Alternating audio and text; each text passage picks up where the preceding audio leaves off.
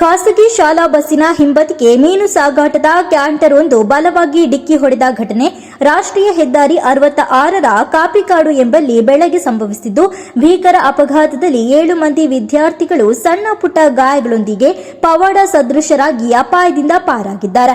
ತಲಪಾಡಿಯ Sharada Niketan public school ಮತ್ತು ಕಾಲೇಜಿಗೆ ಸೇರಿದ ಬಸ್ಸು ಇಂದು ಬೆಳಗ್ಗೆ ಕಾಪಿಕಾಡಿನ ಹೆದ್ದಾರಿ ಅಂಚಿನಲ್ಲಿ ವಿದ್ಯಾರ್ಥಿಗಳನ್ನ ಬಸ್ಸಿಗೆ ಹತ್ತಿಸಿ ತಲಪಾಡಿ ಕಡೆಗೆ ತೆರಳುತ್ತಿದ್ದಾಗ ಹಿಂದಿನಿಂದ ಧಾವಿಸಿ ಬಂದ ಮೀನಿನ ಕ್ಯಾಂಟರ್ ಬಲವಾಗಿ ಡಿಕ್ಕಿ ಹೊಡೆದಿದೆ.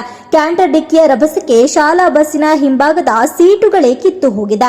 ಗೋವಾದಿಂದ ಕೇರಳದ ಕಡೆಗೆ ಕ್ಯಾಂಟರ್ನಲ್ಲಿ ಮೀನು ಸಾಗಿಸುತ್ತಿದ್ದ ಕುಂದಾಪುರ ಮೂಲದ ಚಾಲಕ ಸಂಜೀವ ಎಂಬುವರು ನಿದ್ರೆಯ ಮಂಪರ್ನಲ್ಲಿದ್ದ ಪರಿಣಾಮ ಅಪಘಾತ ನಡೆದಿರುವುದಾಗಿ ತಿಳಿದು ಬಂದಿದೆ. ಘಟನೆಯಿಂದ ಬಸ್ಸಿನೊಳಗಿದ್ದ 4 ವಿದ್ಯಾರ್ಥಿಗಳು ಹಾಗೂ 3 ವಿದ್ಯಾರ್ಥಿನಿಯರು ಗಾಯಗೊಂಡಿದ್ದಾರೆ. ವಿದ್ಯಾರ್ಥಿಗಳಿಗೆ ತೊಕ್ಕೊಟ್ಟಿನ ಖಾಸಗಿ ಆಸ್ಪತ್ರೆಯಲ್ಲಿ ಚಿಕಿತ್ಸೆ ನೀಡಿದ್ದು ಚೇತರಿಸಿಕೊಂಡಿದ್ದಾರೆ.